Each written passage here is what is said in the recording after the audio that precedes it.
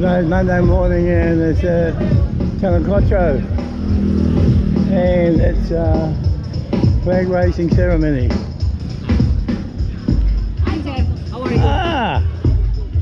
When did you arrive?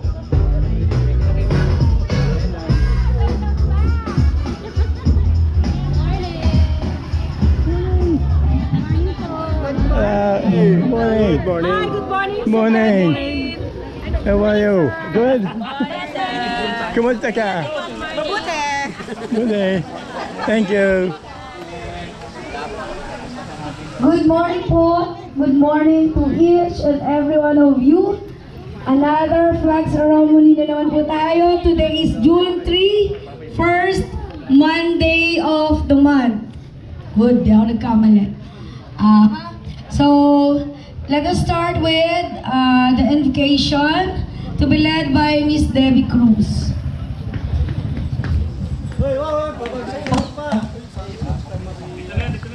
Magandang umaga po sa lahat. Okay. Ilagay po natin ang ating mga sarili sa presensya ng ating Panginoon. In the name of the Father, the Son, the Holy Spirit. Amen.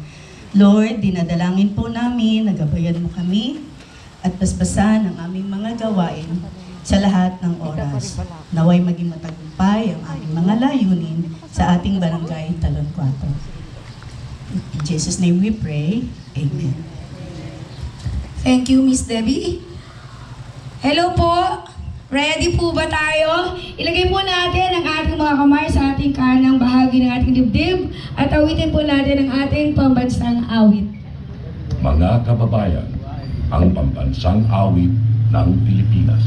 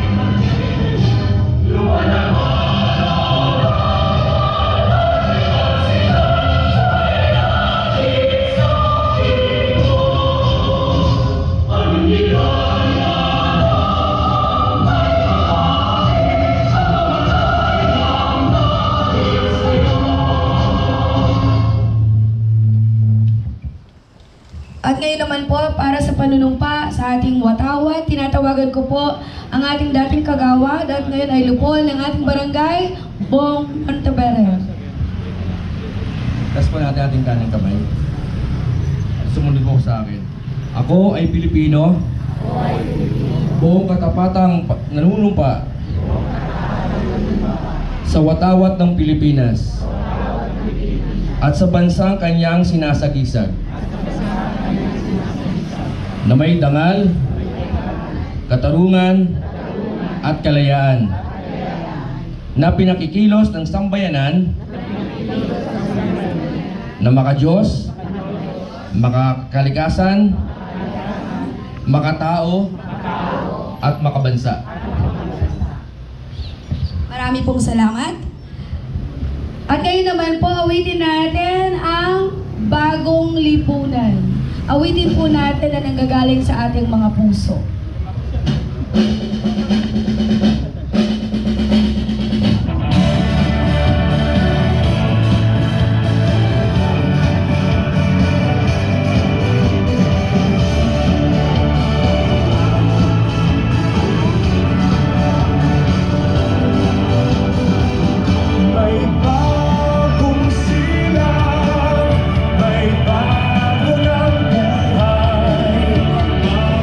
Sa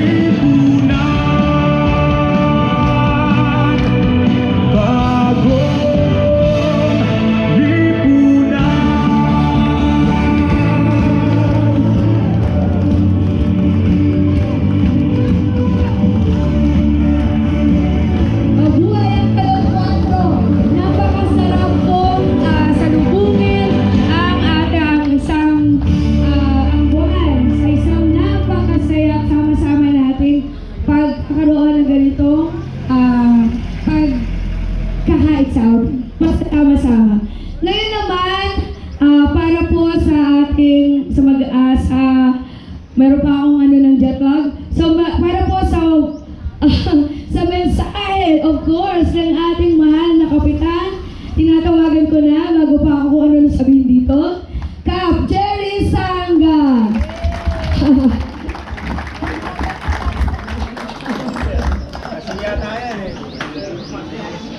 Hello, good morning. Makakabawi din to no? Okay, good morning. Naalala ko yung bagong lipunan na yan. Noong araw ng kampanyahan, di ba? Ako ang tiga-kanta niyan eh. Kaya natalo yata ako. Kasi hindi ako binoto ng mga tiga-Leni. Hindi to ko.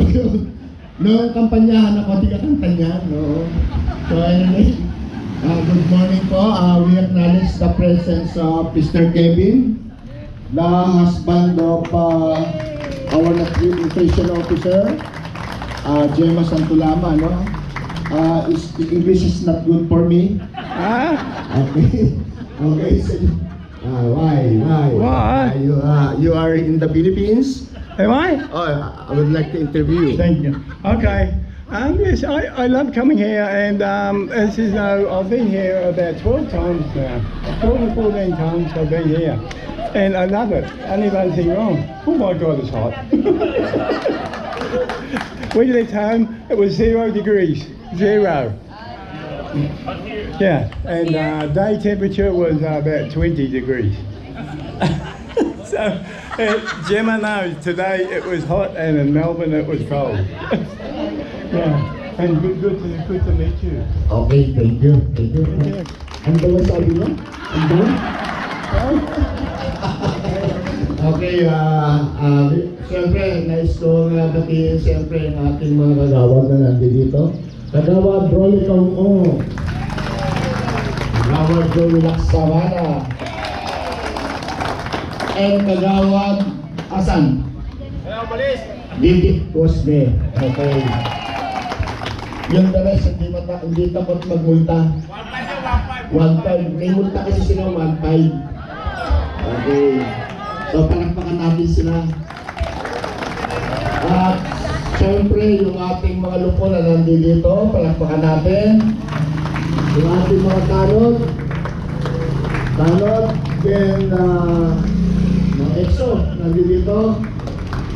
At syempre, yung ating mga health center, nandito ngayon, palakpakan natin. At sino pa? Yung ating mga buong staff ng Barangay Talon 4. Ito pala, may staff pala, nagpapakahirap pa ako. Okay, members of Talipin, President, nandito ba? Okay, ang ating na-acknowledge na. Anyway, thank you very much. At nakaraos na naman tayo kahit ang sabi ni Sek kanina, wala daw tayong breakfast ngayon. Yun. Kasi ang dahilan yung ating tagaluto nakakumpine. Walang siyang assistance na gumawa yata, no? So ipagdasal natin si ating cook, chef cook natin. Nasa hospital ngayon. Sa inyong lahat, nais ko lang ipaalam sa inyo na ang hindi na lang natin na-achieve masyado yung complaint sa mga aso. Marami pa rin nag-message sa akin tungkol dun sa aso. Oo. At yung sa prison order natin, gabi-gabi, halos kung nakaralinggo, may mga huli tayo, may mga na-endorse tayo, sa bouncing, meron din, no? So, meaning na yung ating mga lupon, naiinip na, bibigyan na namin kayo ng problema. So, wala na raw silang mahiringan. Ibig sabihin, ang ating mga kabarangay, gusto na rin nila ng payapang pamyanan. At i-announce ko lang sa inyo, sa June 21, magkakaroon ng assembly. Sir, good morning. Happy trip. Good morning. Si Atty. Dumaan. At sa June 21, magkakaroon tayo ng General Assembly regarding sa plebisitong gaganapin. So ang schedule ng ating barangay is June 21. Kanya tayo magkakaroon ng pulong-pulong muli. Pulong-pulong. Meron tayong kukuning mga focal person na magpapaliwanag kung paano itaraos yung ating plebisito na gagawin sa mga boundary ng ating yung sa buong Las Piñas. So parang yun lang aking may announce. Thank you sa pagsiservisyo natin. Tuloy-tuloy lang natin at huwag tayong magsawa. Nandito lang kami ng inyong mga kagawad para subaybayan at magtutulungan tayong lahat. Salamat sa inyong lahat. Good morning.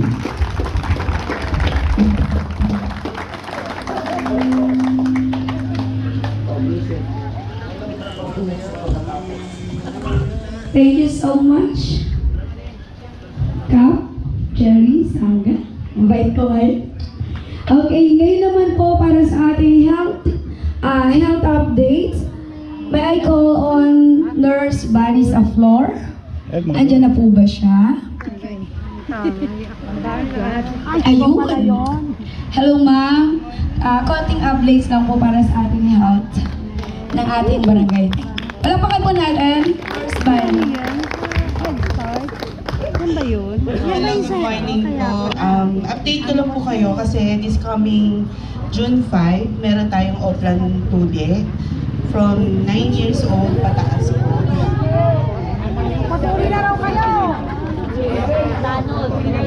Actually, 3 araw po siya, June 5, June 11, at saka June 15. So, wag po kayong maiyang magpalista sa center.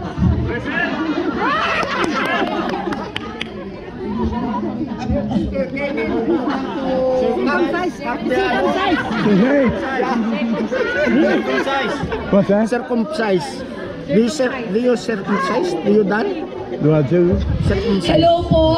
Ang palistahan ay mamaya pa. Gemma, hindi pa raw eh. I-check nyo na lang after kung pwede na po. Huh? Pakinggan muna natin si Nurse Bunny. Give me a hard time here. Ayun po, magpapascreen muna po sa health center kung pwede. Give me a hard time. Tapos, We have an operation for circumcision, that's why. We are having an operation of circumcision. That's why he's announcing that. Ah, Yeah. kasama po sa kagawad dini. Wala. Ayun. So, 3 araw po siya sa DRRMO sa Talondos po. So, 8 a.m. until matapos po. Yung second po naman is yung HPV vaccine. Yung sa Robinsons Mall po ito, June 7, 8, and 9. From 9 na mga babae po ito yung anti-cervical cancer. So, 9 to 14 years old po. So, yun po. Magpapalista lang po sa center para ma-schedule kung anong day po kayo. Actually, 9 to 14 po, yun yung mga hindi pa na ooh, I'm gonna need a drink after this lot. nakaka-experience ng kaligayahan. I'm gonna need a drink after this lot. You need a drink. Pera dito. HPV vaccine. Want a drink? That's all na po. Okay, thank you so much. Palapakan po natin si Nurse Bunny. Okay, uulitin ko lang po para po doon sa mga interesado. Magkakaroon po ng Operation Tuli. Isa si Cagdidet ang mag-check kung pwede na, kaya pumila na kayong lahat. Okay, meron din pong lupon dyan na gustong si Ma'am Devi, nandiyan si Ma'am, Glenn. Huwag niyong subukan. Ayan. So, mas maganda po ito sa mga bata, please. Huwag na yung tatay, okay na kayo. Pasado na. Ngayon naman po, yung pangalawang announcement ni Nurse Bunny, kasi kaya ko po inuulit, napaka-importante po nito. Malaking tulong po kasi, especially po itong HPV, yung sa cervical cancer po na vaccine ay napakamahal po talaga nito. Kaya kung ako po sa inyo, kung may mga anak kayo na 9 years old to 14 years old, sayang 15 na ako, hindi na ako abot. React na naman kayo. Diba? Hanggang 14 years old lang po. Importante po ito para maiwasan ang pagkakaroon ng cancer. Ayan. At least, di ba po, mabawasan. So, yan po. Siyempre, bago tayo matapos, di naman kami papayag na kami lang nagsalita. Para sa closing remarks, may I call on the #1 Kagawad Rolly Kaong-Ang. Ayan, ganda magaling ka sa ibang lugar, no? Rolly Kaong-Ang. May iba ba? Bakit ba laging closing ako? Pero yun, ngayon yung magandang closing kasi lahat nandiyan kayo, hindi kayo umaalis. Oo. Good morning po sa inyo lahat. Sana po itong umaga na to gawin po natin ang tama at naayon sa ating barangay. Siyempre, higit sa lahat, God first, bago tayong manungkulan. Yun lang po, maraming salamat at magandang umaga sa inyo lahat. Thank you so much, Kag Rolly. Siyempre, meron pa tayong magsasalita, Kag Joey Laksamana. Sorry po. Kag Joey Laksamana, come over here. Aba.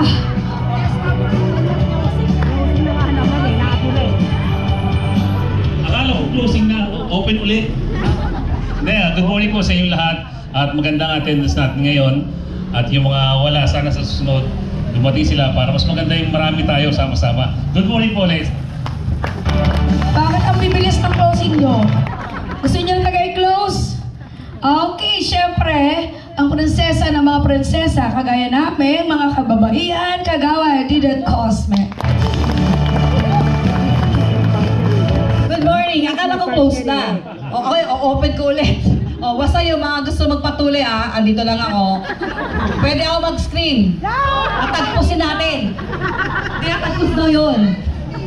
Ha? Ganun pala. Uy, huwag kayo ganyan. Meron dito, bata. Wait.